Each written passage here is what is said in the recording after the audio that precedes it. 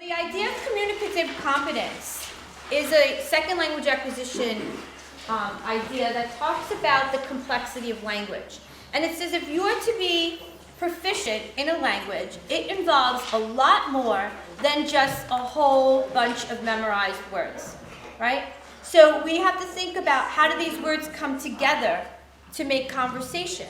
How do I speak in different scenarios, in different contexts? So if we look at linguistic competence just very briefly, that is what we traditionally think of as knowing a language, okay? So it's the nuts and bolts, the everyday things that we practice in a classroom. This is a very comfortable place for us. So it's going to be vocabulary, pronunciation, grammar, all the things that we know about the rules of language fall under linguistic competence, okay?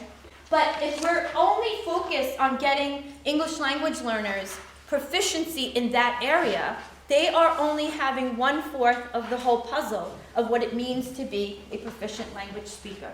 If we go to the next box, strategic competence, and you make a choice, like, I'm going to translate back to my first language here.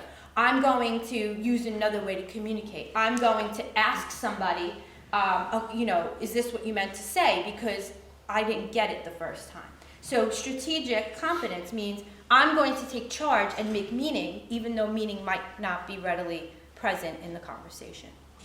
In this example, students are leveraging their multilingual assets, also known as translanguaging.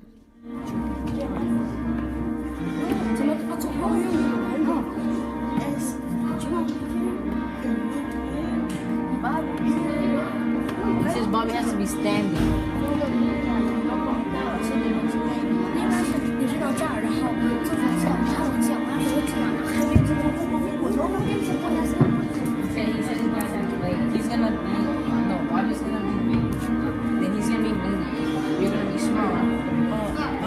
Henry's gonna be medium and William's gonna be small. But in the end, you guys all have to connect.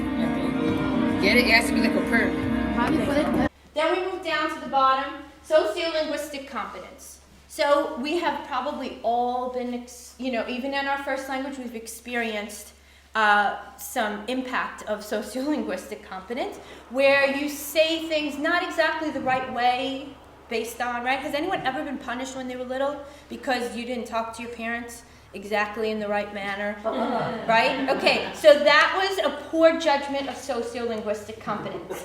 You didn't ask, please, mommy, or something that before you asked for the cookie or what have you, right? You just said, give me the cookie. You don't speak to mom like that. That is not sociolinguistically correct, okay?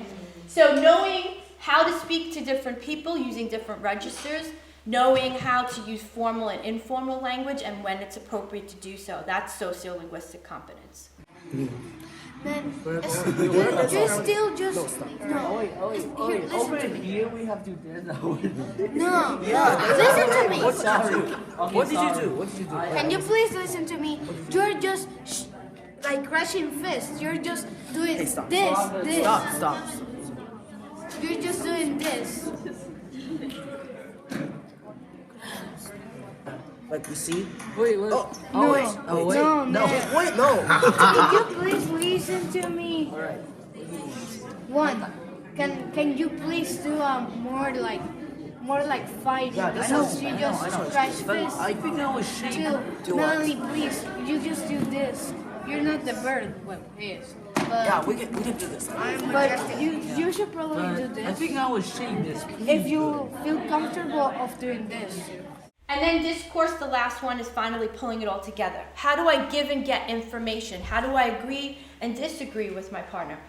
We don't speak in one-word utterances. Go, hi, ball, right? We don't do that. We speak in strings and phrases. How do we connect all of that? How do we interchange and exchange with other people? And that's part of discourse competence. He says if Bobby wants, he can be small and somebody will go high. He says everybody has to be in line. He says he wants it to be like, let's say you're going up a mountain, so you're going up and then you go back down. ¿Verdad? So arriba y de bajar, right? No.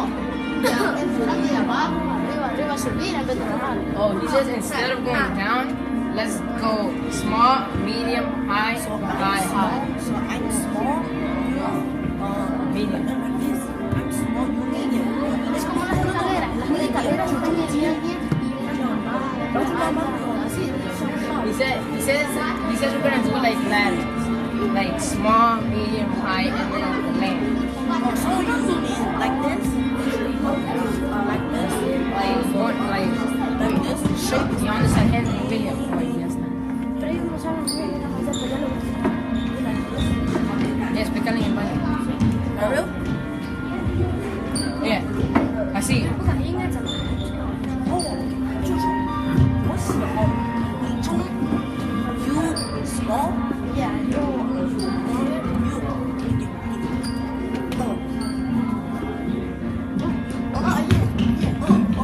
Pero no.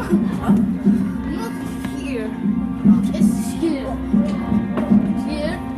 It's here. Here. So here. And One of the things that you'll see is that the process of the art making allows for these things to develop most naturally. And these types of language can be built upon while the students are in these residency opportunities.